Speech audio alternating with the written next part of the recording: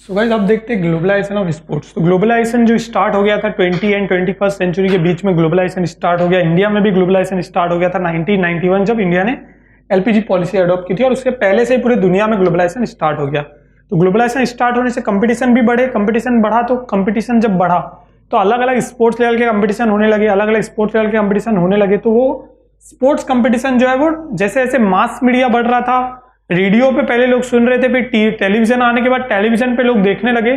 तो जो sports competition किसी एक कंट्री के बीच में दूसरे कंट्री के बीच में हो रहा है, उसे देखने के लिए उसके फैन जो होते थे वो ऑल ओवर वर्ल्ड में देखते थे।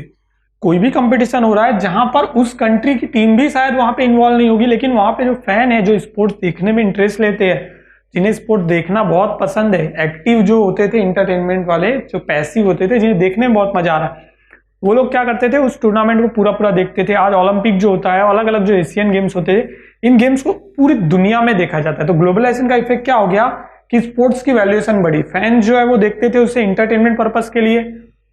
ठीक है, क्रिकेट हो गया, हॉकी हो गया, फुटबॉल हो गया, लॉन टेनिस हो गया, इनके मैचेस जो है आज पूरी दुनिया में देखे जा रहे हैं। स्पेशली फुटबॉल जो है वो दुनिया के सबसे ज्यादा कंट्रीज में खेला जाने वाला गेम बन चुका है। दुनिया के बहुत सारी कंट्रियां मोस्टली इन्वॉल्व होती है, सारी कंट्रियां मोस्टली खेल रही है। लॉन टेनिस जो है वो सबसे ज्यादा देखा जाने वाला गेम हो रहा है। क्रिकेट जो है उसको बहुत ज्यादा उसकी फैन फॉलोइंग बढ़ती जा रही है और उसे बहुत ज्यादा देखा जा रहा है। हॉकी जो कि बहुत पुराना गेम है और वो भी बहुत ज्यादा देखा जा रहा है।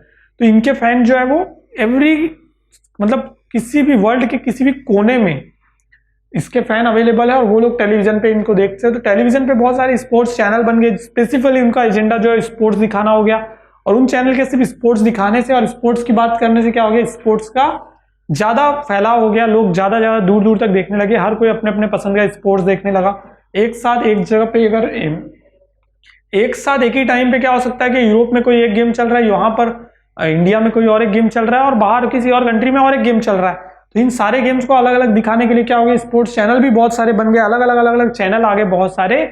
और अलग अलग चैनल आने से क्या हो गया, लोगों के देखने के लिए वेज भी बन गए कि हाँ भाई ये गेम मुझे नहीं देखना, मैं दूसरा गेम देखूंगा, ये नहीं देखना, मैं फ्री स्टाइल रेसलिंग देखनी है, मैं तो फ्री स्टाइल रेसलिंग देखूंगा, उसका भी बहुत सारा क्रेज बढ़ गया। इस तरह से गेम्स आने से, ग्लोबलाइजेशन आने से क्या हो गया, ये फायदा हो गया।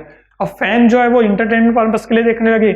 इंडस्ट्रियल और कंपनीज जो है ज्यादा फैन फॉलोइंग बढ़ने से ज्यादा देखने वाले बढ़ गए, उनके जो दर्शक थे, मतलब जो मैच देख रहे हैं वो ज्यादा होने से इंडस्ट्रीज और कंपनीज जो है, बड़ी बड़ी कंपनियां, उन्होंने क्या किया, इसको एक एडवर्टाइजिंग का अपॉर्चुनिटी समझा और एडवर्टाइजिंग आने लगी। लोग स्पोर्ट्स को क्या करने लगे, स्पॉन्सर करने लगे, स्पॉन्सरशिप आ गई, स्पॉन्सरशिप के साथ साथ एडवर्टाइज आने लगी। आप देख सकते हो जब भी आप मैचेस देखते हो वहां पे अलग अलग कंपनीज के नाम कंटिन्यूसली दिखाए जाते हैं। सो दैट्स एडवर्टाइजिंग अपॉर्चुनिटी हो गई। इसके बाद जो रिटायर्ड स्पोर्ट्समैन होते थे उन्होंने भी क्या किया, कमेंटेटर, एज ए कमेंटेटर उन्हें भी वर्क मिलने लगा। सो ग्लोबलाइजेशन के बहुत सारे फायदे मिलने लगे। कमेंटेटर के तौर पे जब लोग मैच देख रहे हैं, साथ में कोई कमेंट्री भी कर रहा है, बहुत अच्छा लगता है लोगों को सुनने में, और स्पेशली जब उनके रीजनल और उनके लोकल लैंग्वेज में कोई बोल रहा है तो और ज्यादा अच्छा लगता है। सो ऑब्वियसली इससे से क्या हो गया, धीरे धीरे इसका ट्रेंड बढ़ने लगा और क्या हो गया, बहुत ज्यादा ग्लोबलाइजेशन का इफेक्ट गिरने लगा। अब देखते हैं गेम मटेरियल्स एंड टॉयज। अब टॉयज आ गए। यहां तक हमने ग्लोबलाइजेशन देखा, स्पोर्ट्स बहुत तेजी से ग्रो कर रहा था। अब टॉयज क्या होते हैं, तो टॉयज मीन्स जो भी आर्टिकल होते हैं, जो चीजें होती है, the mean and the equipment for the entertainment and education purpose के लिए बनाए जाते हैं, उन्हें कहा जाता है टॉयज।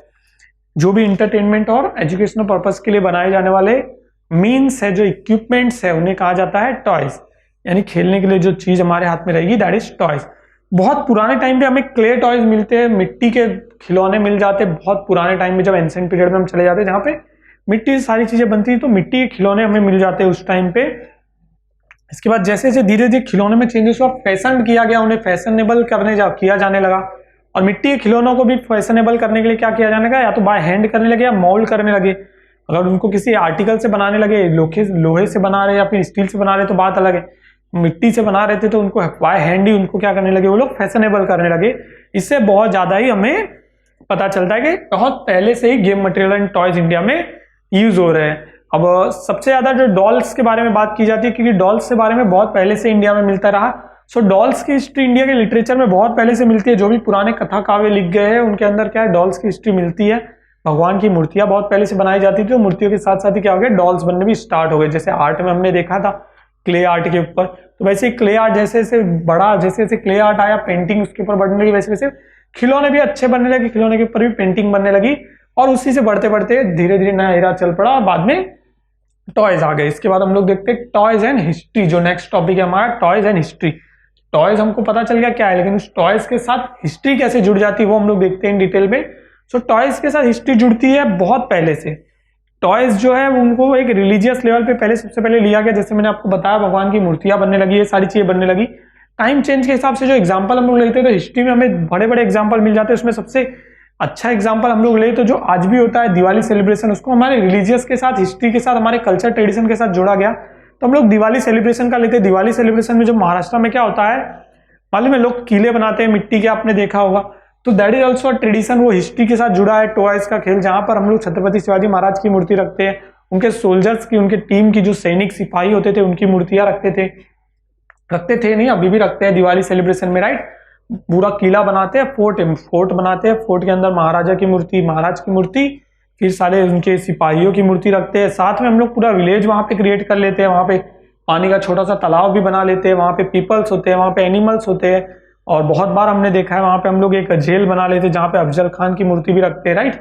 सो इस तरह से इंडियन ट्रेडिशन के ऊपर वो सारे फोर्ट बनाए जाते हैं और वो फोर्ट से अच्छे से चीजें वहां पे बनाई जाती है, एनिमल्स भी वहां पे होते हैं, राइट। सो इस तरह से ट्रेडिशन का पता चलता है। ये एक हिस्ट्री का एक एग्जाम्पल हो गया। बस बहुत पुराना एग्जाम्पल देखते हैं जहां पे इंडियन डॉल्स बहुत पहले से बनी थी, इंडियन टॉयज कितने पहले से, इसका एग्जाम्पल देखे तो एक आइवरी डॉल, आइवरी से बनी हुई डॉल जो है वो इंडियन क्राफ्टमैन ने बनाई थी, इंडियन क्राफ्टमैन ने।